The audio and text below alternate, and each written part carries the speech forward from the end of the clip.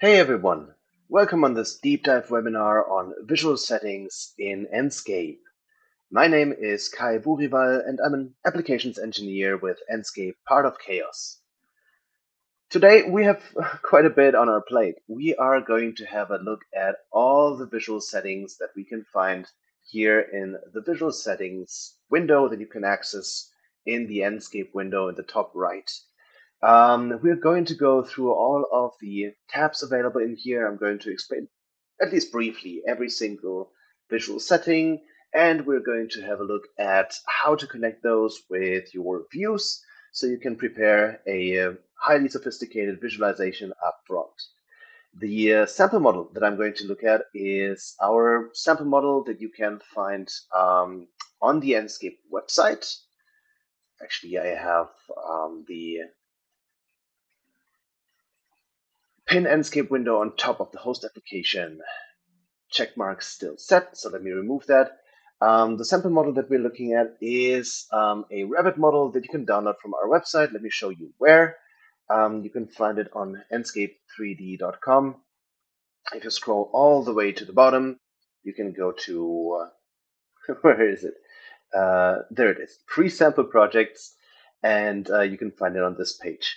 However, all of the visual settings that we're going to cover are identical for all design applications. So whether you're working with SketchUp or Rhino, ArchiCAD or Vectorworks or Revit, the following webinar will be applicable to you. And yeah, if there are any minor differences, I'm going to let you know. However, let's jump right in because, as I said, we have quite a bit to do. And let's have a look.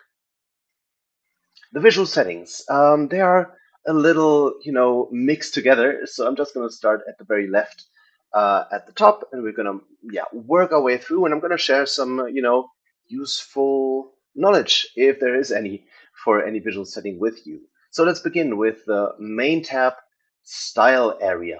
The Style Area contains four distinctive styles that you can render your Enscape visualization in. There is the default style. There is the white mode. The white mode essentially, displays everything as if it was made out of paper.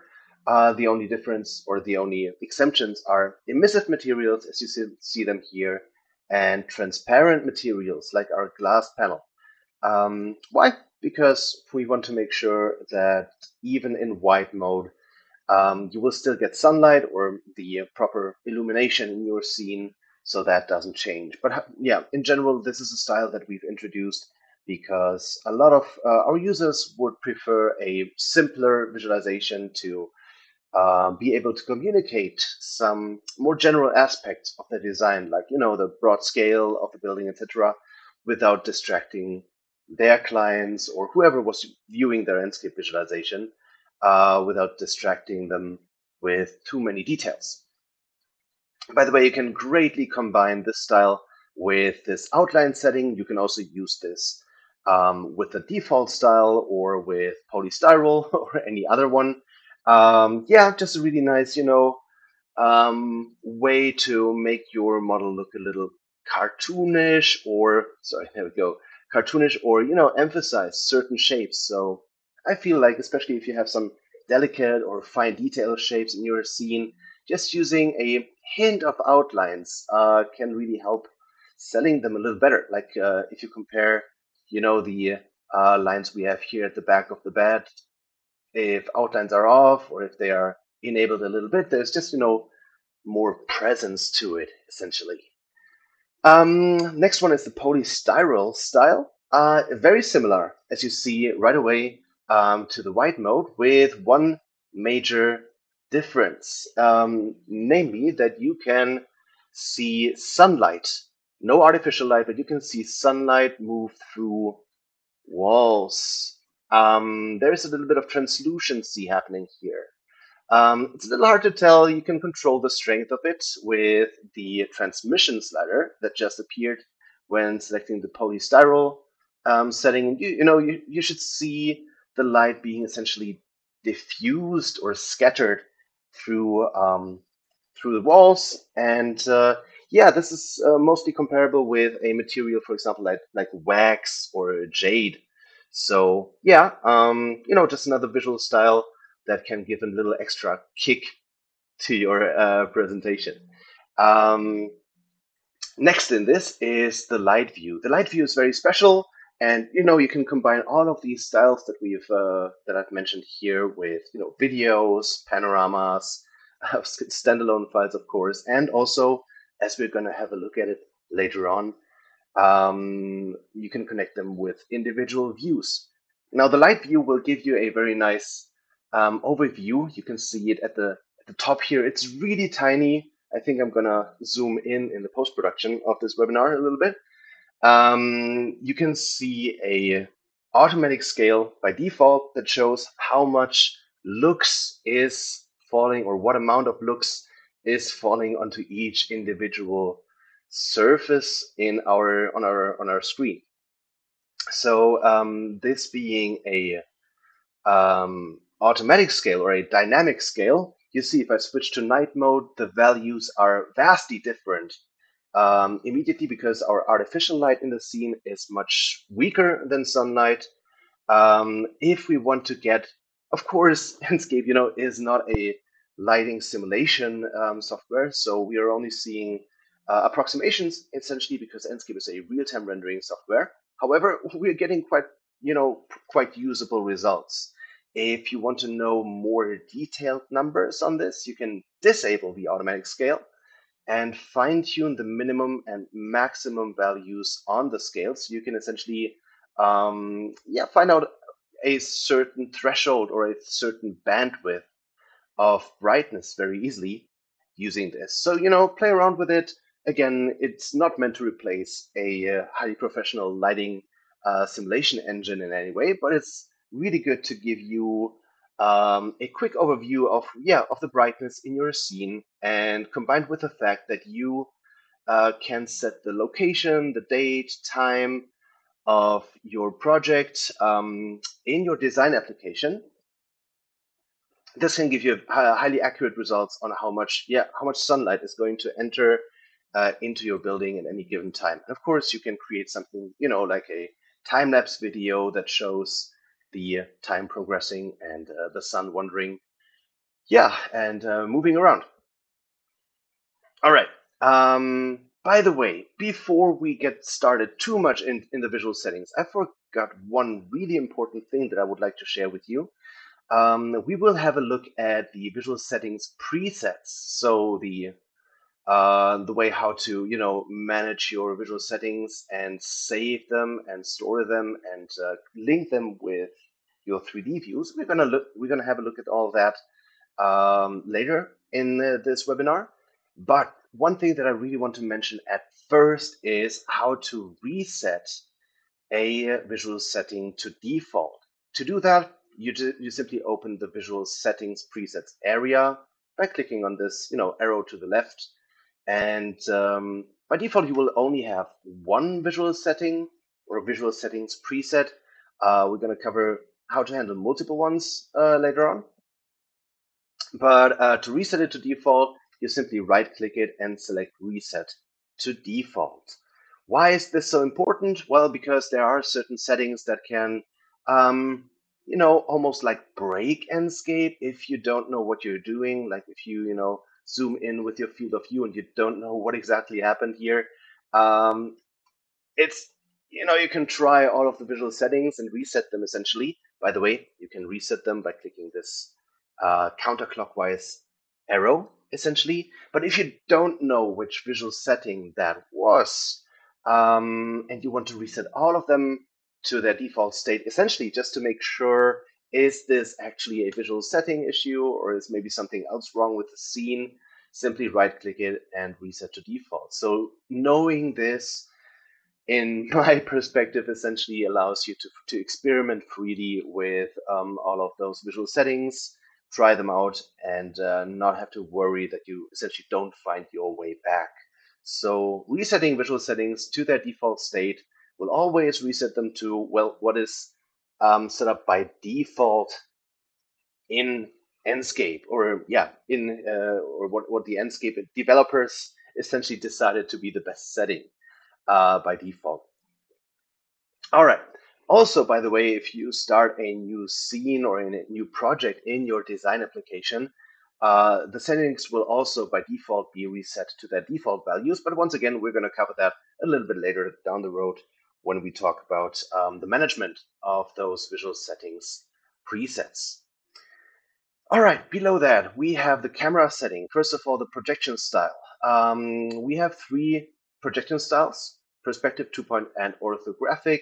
And this setting is identical to this setting up there in the Enscape user interface. So whether you change it here or there, it will change in both interfaces.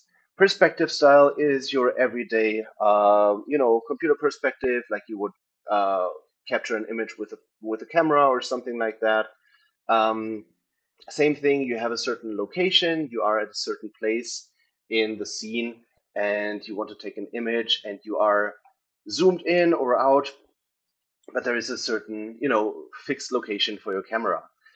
2-point perspective is very similar, but it will force every vertical line to be in fact vertical. So for example, we have a vertical line right here, the edge of the building.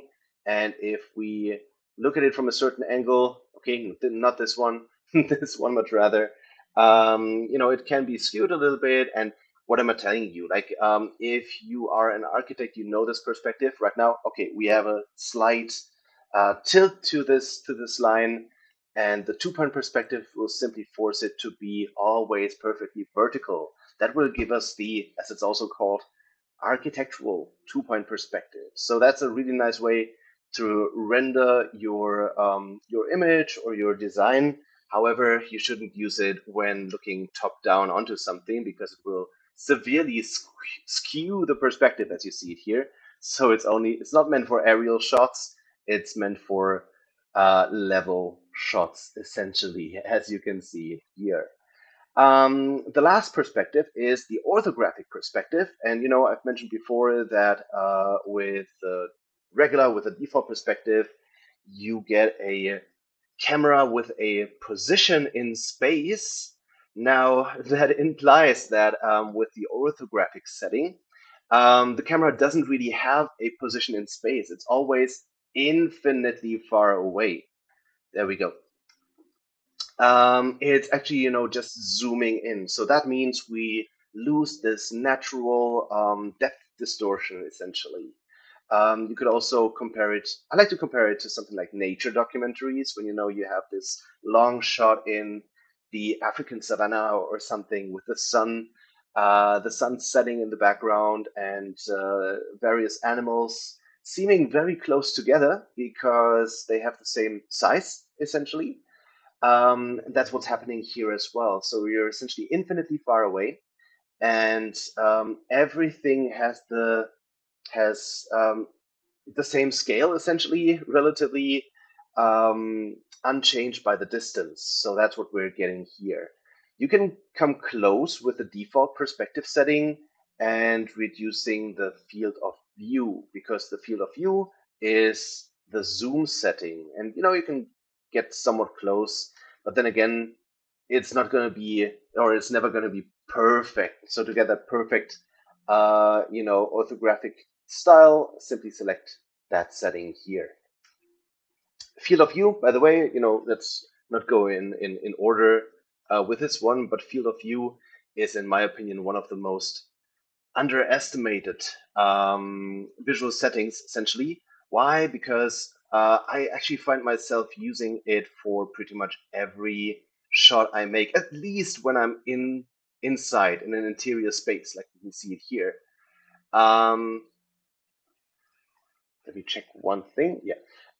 If you're in an interior space, your space doesn't really fit at once on in your camera, or there might be some space left outside of it, something like that. So I really like to go in and tweak the field of view a little bit for pretty much every shot to get the composition right, like to get the elements on screen. I'm sorry, by the way, I'm trying a very interesting setup here.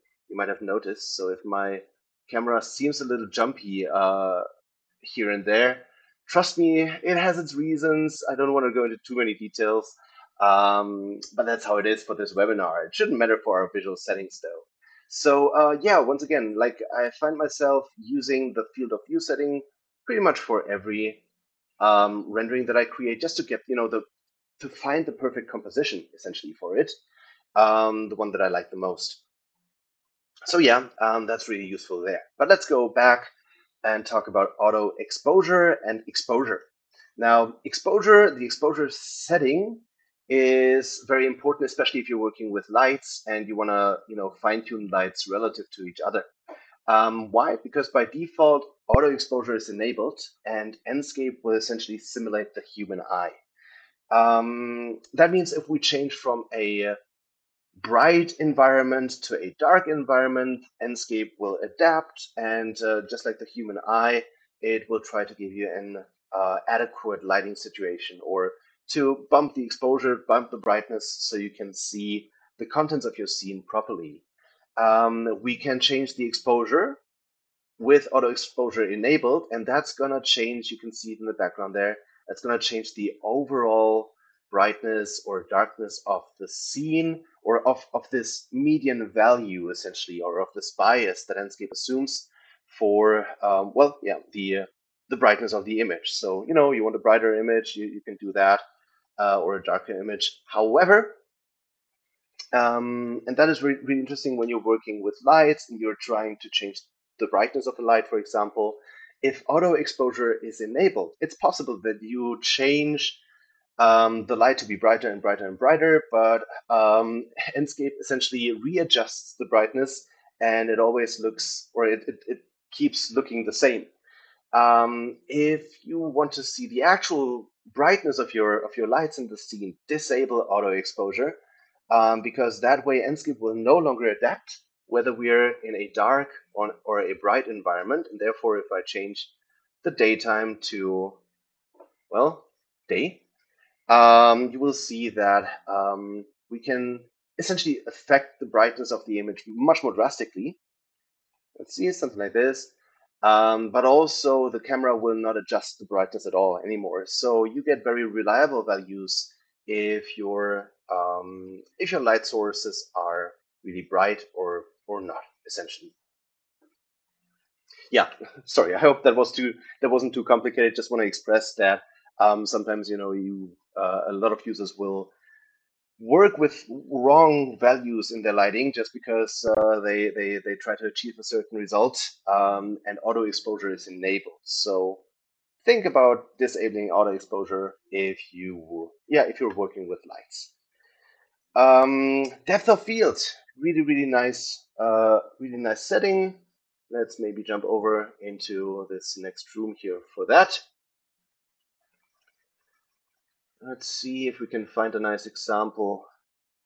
I would love to have something in the foreground. Let's take the surfboard, for example. So depth of field is a setting that you might know from DSLR cameras, physical cameras. Essentially, it's going to take a certain distance from the camera, and it's going to display that sharply, and the rest, everything that's further away or that's closer to the camera, is going to be blurred. It's focused, or a certain area is focused. Now, this works well with autofocus. Enscape essentially tries to find something like the midpoint of the scene and focus on that. But you can also disable autofocus. That's like the second setting that I pretty much change for, or enable and then change for every single scene that I render. And doing that, like disabling autofocus and enabling the focal point distance and controlling that manually, lets you control the attention of the viewer very nicely. So yeah, those two, depth of field and field of view, those are the two settings that I like to play around with in every single, or for every single shot essentially. And keep that in mind. Once again, we're going to cover later on how to connect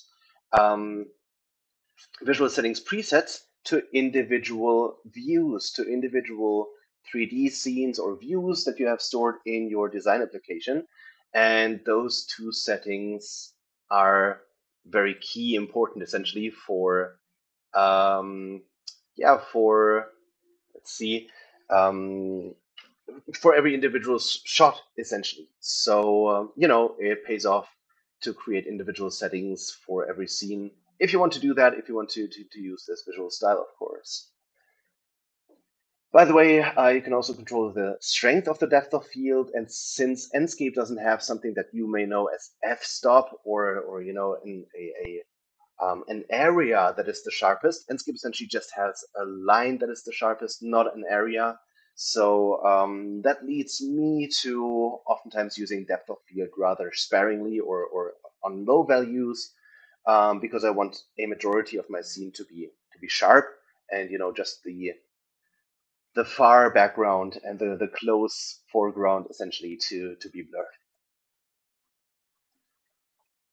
Rendering quality is a very unique individual setting here, because this is one of the very few settings in Enscape that will actually control the quality of your outputs. There is the resolution, which definitely controls the quality essentially, and the rendering quality. The rendering quality essentially controls the effort that is put into every light ray that is being calculated. So let's see if we can get a nice example to show you. Yeah. So here we see some mirrors and some lighting, and what's happening on the default setting, the high setting, is that Enscape has indirect illumination. So the light is being reflected from this floor, for example, or from the green grass on the outside, and we get a tiny bit of green illumination on our ceiling up here. That's a very sophisticated, calculation or feature in real-time rendering. Let's first maybe tackle ultra, because there are little differences between high and ultra. The shadows are being calculated in a little more detail, and we have more light bounces. So light doesn't just hit the outside, hit the grass, bounce off, and then hit the ceiling. No, it goes even a step further and bumps off one more time and hits the floor again, essentially. But you can imagine that in real life, you'll rarely see the actual difference between high and ultra. So let's go down to medium instead.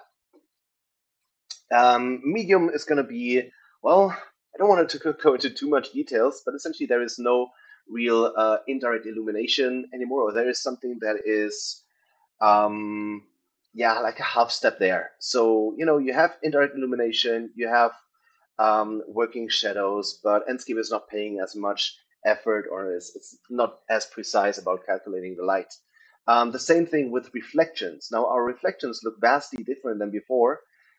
Essentially, the lighting in those reflections is just estimated and is quite rough. If we go down one step further, we end up with draft, and now here you see what it actually means not to have any indirect illumination, because our shadows, for example, darken the area that they affect homogenically or in the same way everywhere. So it's not like the light that is further in the front here, for example, more light would reach the floor, and further in the back, less light would reach the floor. So the shadows, that is just a shadow or not. It's not about the strength of the shadow, essentially. The same thing with our ceiling, like it is being illuminated and there is no effect of any indirect illumination, no green being reflected from the grass outside or anything like that. The biggest difference, however, we can see it in this vase here and in those two mirrors. On draft mode, Enscape will render the environment. So if we change, our horizon source, we're going to come to that. You will still see that being reflected, but none of the contents of your scene are actually showing up in those reflections. So that is the biggest difference here. Now, what's the benefit of going down with the rendering quality, you may ask? Well, obviously, it may increase your performance quite a bit when lowering your rendering quality. Yeah, so if you have like a rather weak hardware, weak machine, or a very complex project, Enscape may run um, not smoothly. There might be stuttering on ultra or high, and in those cases, you may want to, decide to go with a lower rendering quality to maintain a smooth performance. Or maybe you're looking for a stylistic, not for a realistic, but rather a stylistic rendering style. And in those cases, going with a lower rendering quality is actually, more what you might be looking for. So yeah, that's that. Let's have a look at the image settings. You may already know a lot of those from Photoshop or from other softwares. We have the contrast, we have highlights and shadows contrast. So those essentially control the strength of the individual elements in the scene. For example, if I increase the shadow contrast, you can see the shadows under the bathtub, under our whatever this actually is called, under the sinks. You can see those become really dark, or if you want them to become lighter, you can of course dial the slider in the other direction. The highlight contrast, I use that quite a lot because look at the outside. Like I feel while Enscape does not provide any native high dynamic range, essentially, which we might cover a little bit later on, I feel like this gives it a certain touch. Like, this image works like a regular image with a photo camera would work. The brightness is set because, auto exposure is enabled, is set to the interior of our room, and the outside is quite a bit overblown. So there might be some clouds out there, but we don't really see them, and the trees look quite a bit, bright as well. So I might want to, and of course this is your artistic freedom, but I might want to dial down the highlights setting, and apparently there are just very weak shadows there. Let me actually already go ahead and go to the sky tab and increase the cloud density so we can see them a little better. And there are some. Look at that. So yeah, that means by default those clouds, let's have a look, can be a little bit, yeah, overblown as you see it here. If I dial down that highlight setting, we can get a nice even look for those clouds. So, once again, a matter of preference, find your own style, play with it. Almost none of these settings is, a must in any way, but it helps you find your distinctive style and shape your outputs the way you want them to look. Actually, I'm going to leave it like this. Saturation, you may know that if we dial it all the way down, we get a black and white image. So this controls the strength of the colors in your image. And usually these settings probably want to be adjusted very sensitively, essentially. But yeah, once again, try it out. I rarely touch these, to be honest. But then again, individual style. Color temperature, same thing. If you dial it all the way to the left, you get a warm picture, a picture that is more to the red values. If you dial it all the way to the right, you get a bluer image, one that looks colder, essentially, even though it has a higher Kelvin number. And combined with other settings, like, for example, the cloud density that I've mentioned before, things like the sun strength, you can also, and maybe even fog. Let's not go ahead yet, but combining some of these settings, you can control the mood of your image very nicely. Like, is it a cloudy atmosphere? Is it winter? What are you trying to express with that image? All right. Motion blur. Motion blur means, if you move very fast with your camera, individual images appear blurred. Um, this can be helpful if you have a lower frame rate. It essentially helps mask the switch from one frame to the next. It can also have its downsides. Like if you are sharing your video as a web stream like I'm doing it right now, and maybe you don't have a perfect frame rate out there. If I move my camera rather quickly, sorry for doing that, I hope you don't get nauseous. you see every image blurred, while if I dial down motion blur and move my camera very quickly, every single image is still crisp. So this may be, if you're using Enscape, to share something via a web stream, it may be interesting for you to disable or to dial down motion blur. Lens flare. Let's fly a little bit outside to highlight that. What is the lens flare? The lens flare simulates a natural phenomenon if you have an actual physical lens camera, which means you can see these tiny speckles, these tiny blobs hovering right here. That's what happens, when sunlight moves through the glass lens of a camera. And that's just, how natural cameras behave. So we can emphasize this, make this stronger. You can see we'll get quite a number of those lens flares. They go actually quite far. Or of course we can dial it down. Once again, personal preference. I wouldn't dial it all the way down because that just looks sad. I want to feel the sun like this. Okay, bloom. Pretty much same thing, or a very comparable thing at least. Bright objects. Let's maybe take this rock down there. Whoa, wait a second. Once again, different setup than usual. You can ask in the questions if you want. So there is a questions field that you can have a look at, and if you have questions on anything that I'm mentioning here, of course, feel free to ask them. And if you're interested, I can tell you about my unique setup today. So Bloom, essentially, and that is enabled by default. Sometimes users will export an Enscape image in 4K or higher resolution, 8K maybe. They will zoom in and notice that there is a slight um, it's not sharp. I'm sorry, I'm no native speaker, so a slight um, yeah, well, bloom, or it's a little smudged essentially. Um, and the reason for that is bloom being enabled by default. So disabling bloom, if you care about that, can give you a way sharper image, or a little bit sharper at least. If we dial up bloom all the way, we can see what is happening here. So bloom will take very bright objects in the scene and it will make them glow a little bit, which means, it simulates a little bit of humidity in the air, a little bit of humidity on the lens essentially. And so bright objects will emit a glow outside of their silhouette essentially. And that can be perceived by some people.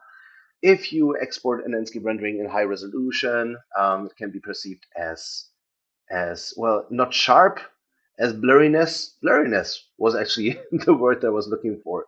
It can be perceived as blurriness. So if you want a perfectly sharp image, you can disable bloom by default. Vignette. Vignette is a setting that will darken the corners, upper left, upper right, bottom left. Those are by default darkened a bit. Let's disable it so you can see what what the opposite looks like. Or if we make it really strong, you see that. A stylistic choice. Once again, I might even leave this off by default for my personal taste. Well, and last but not least, chromatic aberration. Also, just a physical effect that is being created by cameras traditionally, where red and I think it was blue colors are offset by a tiny little bit. We can make the effect quite strong, and you will see the essentially edges of this rock, or also like back here, for example. It's hard to see. You can also keep it off to get a really natural or a clean image, essentially. Once again, just a matter of personal taste. If you are exporting an image with an alpha channel, we can see, or we will have a look at that later on. You also may be interested in disabling that because that will make a sharper alpha channel export. All right, let's have a look at the atmosphere. Fog. Fog, will create fog, and it's good to know that this can be used to create really nice, what is called God rays in some game development jargon, which means if we have sunlight and we have some high detail object in front of it, essentially, like this. Let me actually disable the clouds again. And since we're doing this for the second time now, also like this tip, if you have ever created something like a time-lapse video or something like that, and you have seen, the brightness jump, there are these dark parts whenever you change the daytime quickly. If you want to disable that, just disable the cloud density. You can even leave the cirrus amount, and you will no longer have these dark times essentially over your day, which is of course just when clouds are in front of the sun. Um, Atmosphere, fog, and yeah, fine detail. So if we have the sun in front of some high detail object, like our tree here, where is my sun gun? I've lost the sun. Let's see, there we are. You can get some really nice, well, God rays or physical rays that can look really nice and make for a nice effect. Even more if we enable the actual fog, because by default, fog will only reach 70 meters height, which, depending on the height of your model, may be very visible or not visible at all. To get the strongest fog possible, if you want that, enable or increase the fog height to 300 meters, and you will see a very nice to look at, very accurate fog. I wish I would get the chance to create more images with this fog, because I really like the way it looks. It's very realistic. All right. Sun brightness, very simple. This will control how bright the sun is. Keep in mind what we've talked about earlier regarding auto exposures. So of course, Enscape will regulate the brightness. But this additionally to the color temperature, for example, also saturation, you can use the sun brightness to either create the illusion of a very hot, sunny summer day, or a rather cold and windy winter's day. So really simple to get varying results using this setting. Or if you don't want any shadows, you can disable the sun brightness overall and get a scene that is only being illuminated by the sky, and therefore has a very soft lighting on the scene and much less shadows than of course when sunlight is enabled.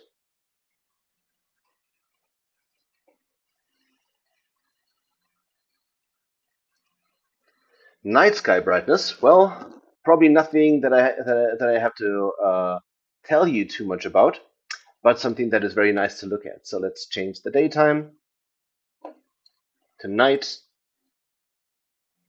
And yeah, depending on your illumination, like we have our artificial lights set really high or really bright in this sample building. And let me actually jump ahead a little bit to the artificial light brightness down here, because while you can change the brightness of every individual light source directly in your design application, so Enscape is just taking the lighting directly from your native project. In SketchUp, we have our own light sources that you can place in SketchUp.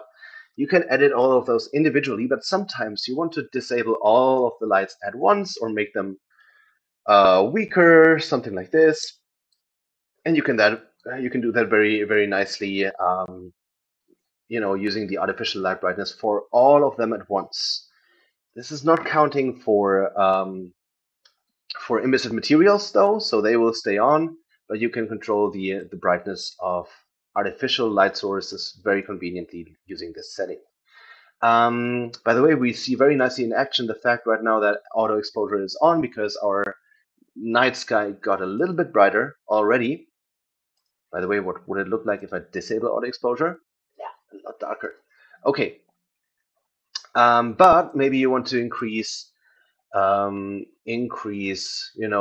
romantic factor of your rendering, for example, and you want to have a really bright and effectful night sky, and that's how you get that, by increasing the night sky brightness. By the way, where is our moon? There it is. So that one too. Sorry for jumping ahead a little bit again, but in the sky tab, if the moon is looking a little small and sad, you can increase that really nicely as well. Shadow sharpness. Let's switch back to day. It does also work for shadows caused by the moon and the sky. Um, but of course, you see it even better with shadows caused by the sun.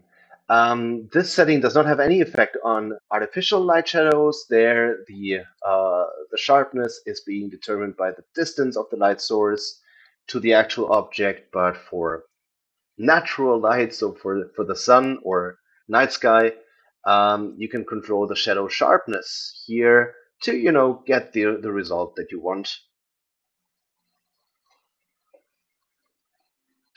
Ambient brightness, I'm not going to go too much into that because we have to look a little bit on the clock. But essentially, if you're entirely in compassed room, um, this will allow you to simulate some multi-bounce lighting, essentially, with some overall atmospheric brightness, or remove it. However, to be perfectly honest, like in most cases, this setting doesn't really seem to change a lot for me, so I pretty much never use it at all. Wind. You might have noticed before that the trees in my scene are moving, the grass is swaying in the wind, the water is moving, as you see here. Now, for the grass materials and the water materials, we have a wind setting in their individual material, but usually you don't want to control the wind individually for each object. So this is the global setting that can control whether we have a very intense wind, fast moving waves, essentially, and we can change the direction. And it's going to change, for the grass and for the water and for the trees, so everything stays coherent. All right, almost there. The sky tab, we have a white background option. This will essentially just remove the background and leave a white environment. However, you will still see everything, like the light, for example, from the sun, but also the reflections. If you pay attention here, we still see our environment. So if you want to use a white background to illuminate the scene from all sides, we can actually get there by going to Horizon Source, pick a skybox, and we can actually just take a perfectly white image. I think I have one of those on my desktop. Yeah, white environment. We also have to remove the sun, so either dial down the sun strength or just switch to night mode, and let's increase the brightness of our skybox. What exactly a skybox is, we're going to have a look at that in a second, and we get an environment that is equally illuminated from all sides, which you may be interested in for a product visualization or something like that. Yeah, let's see. Night. Let's switch back to daytime. There we go. Okay, skyboxes in general, really interesting. So by default, we have, some horizon sources, as we call them. So those are essentially photographs, but we remove the sky so we can still change the daytime, and we will see the clouds and the various daytime effects. But you may also be interested in getting your own 360-degree image and use that as an environment for Enscape. And that's not hard at all, actually. You can, for example, create it using your phone. I think the Google Street View app has a function to do that, and many others as well. Or you can use a 360-degree camera, or you can get a skybox from the web. like for example from hdrihaven.com, which is a common source for HDRIs, which is one term for skyboxes for 360-degree photographs. Actually, this goes a little further because let's download this.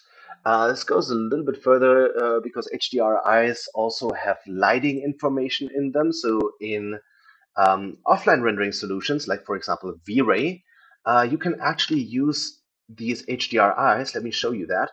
You can use them to create this. Look at these spheres. Those are lit just the way that the lighting situation was when this image was taken. So you can use these images to create perfect lighting with no input necessary.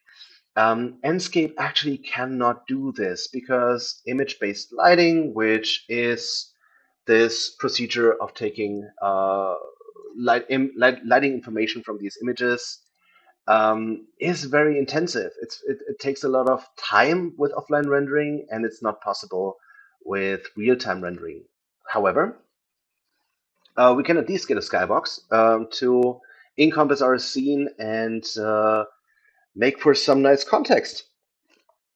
So let's see. There we go. Image is loaded. And now by default, as you see, it doesn't fit exactly yet.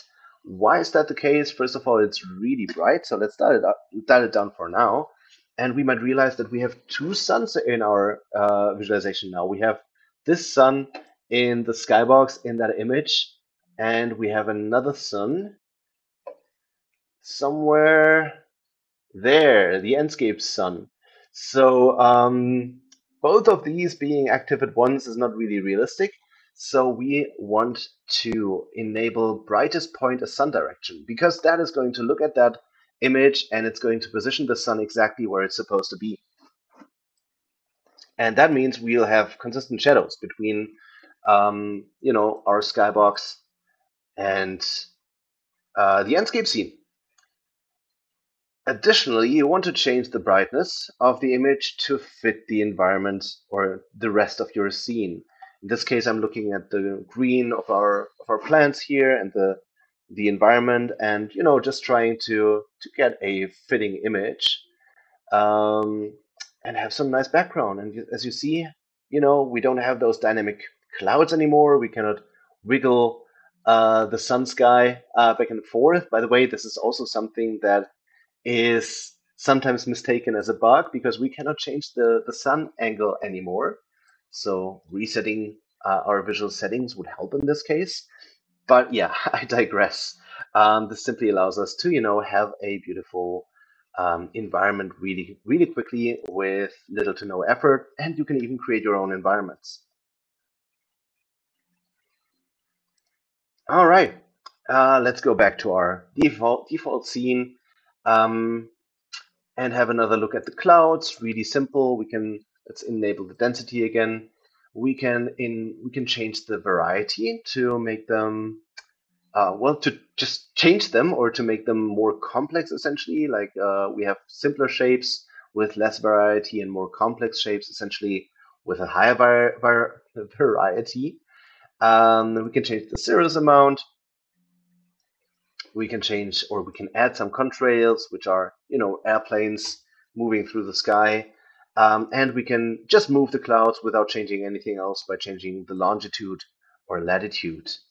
Okay, let's have a look at the output. The output really important for your overall image quality, the resolution. Here you can pick the resolution for your renderings. Not for your, or you can change the resolution for your videos as well, but you'll be asked when rendering a video anyways, so it's not really of much importance.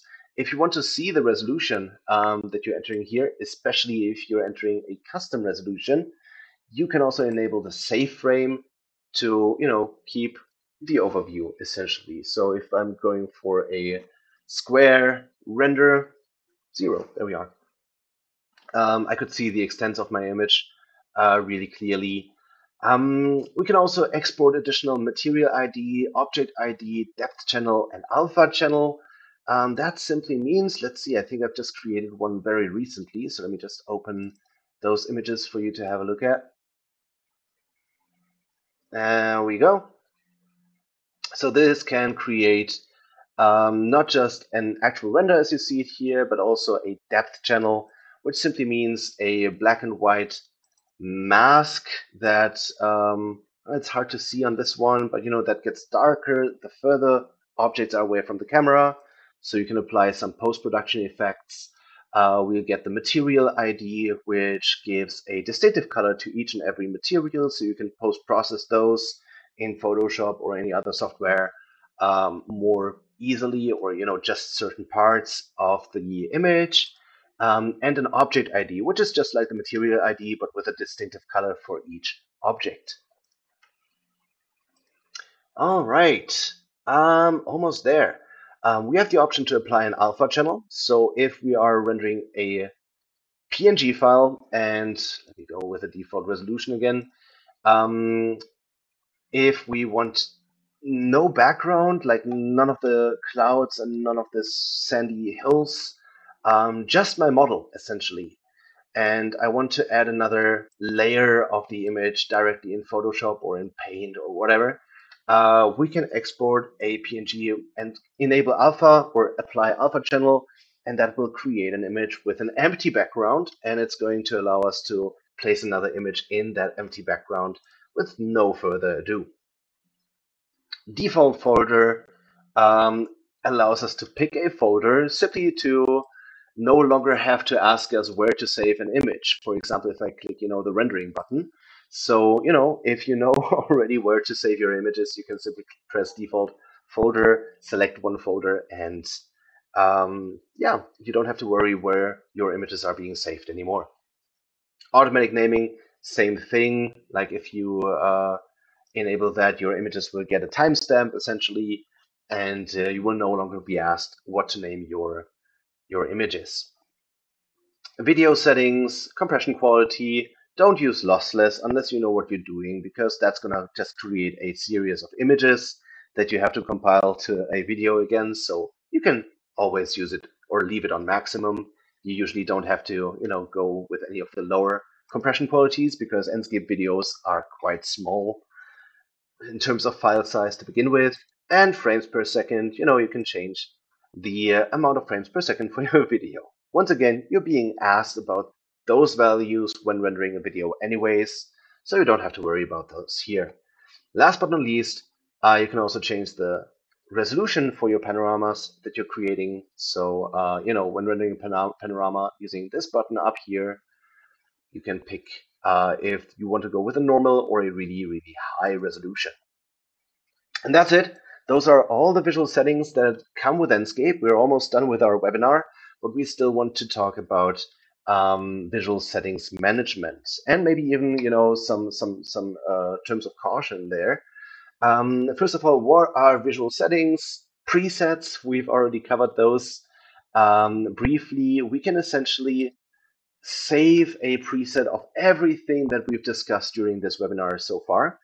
We can change everything, and it's going to stay just like that. And we can manage it like this. Can have various use cases. You can have different let's see, different styles. For example, maybe white mode with some let's see, with some fog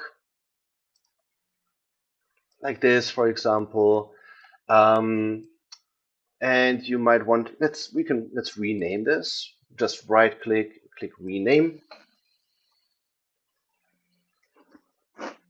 just like that. And you can switch back and forth really quickly and easily and fast, especially when we talked about the field of view or the depth of field.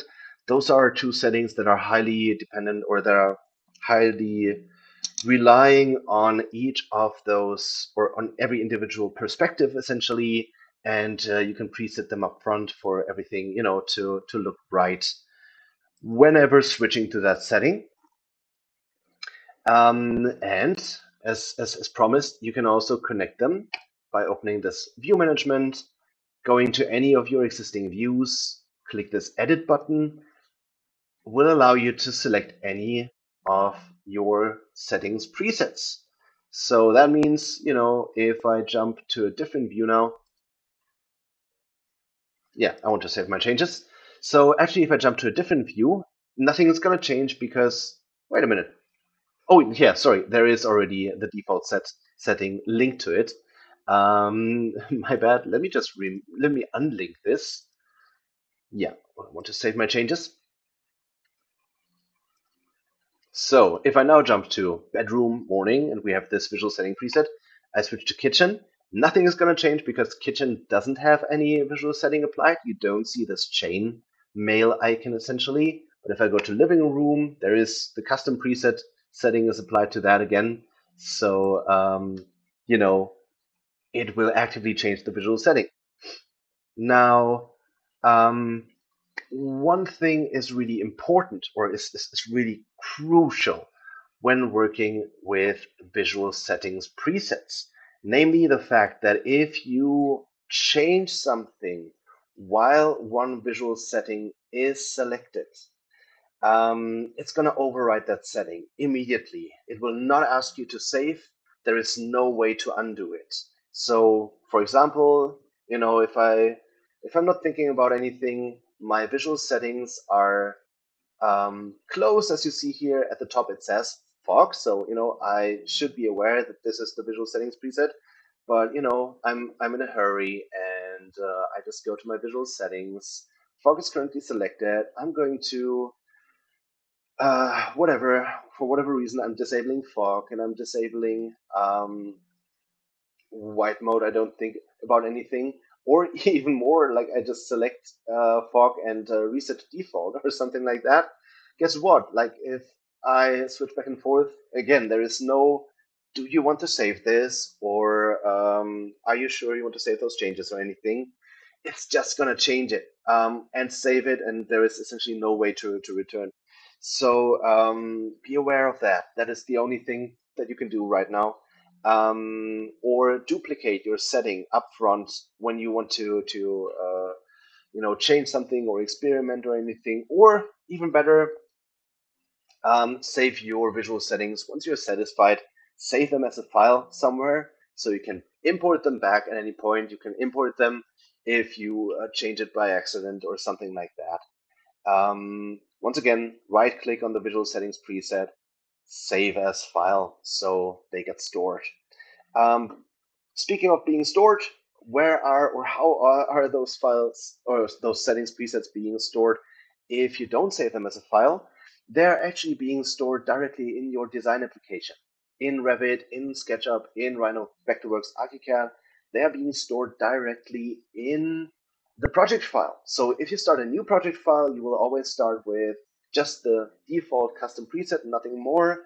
So it pays off twice to save your visual settings presets as files externally once you're happy with them, because that way you can also import them very easily by using this button here. You can import them very easily, even multi-import this way into a new project, and take them with you essentially, or even share them with your team members, for example. So once again, save your visual settings files as external files by right-clicking them, saving them as files. Keep in mind that if you change something, it will be saved immediately, automatically, with no way of changing it back. And yeah, however, if you have a set of visual settings presets in your project that you really like, and you want to share the project with someone else, they want to review it in Enscape, they will get the same visual settings in there, even if they are connected to some some scenes or 3D views. They will switch for them automatically whenever they switch between those scenes or 3D views. Or even better, if you decide to batch render a set of scenes, it's going to take those visual settings presets automatically as well, which, once again, going back to that depth of field of view, depending on the distance from what you want exactly to highlight, for the viewer to focus on, this will help you tremendously maintaining that in a large scale. Okay, this ends our webinar for today. Thank you very much for attending. I hope it was interesting and you've learned something. And thanks for being with us. Share your feedback, share your results in the forums. See you next time. Thank you very much and stay safe. Goodbye.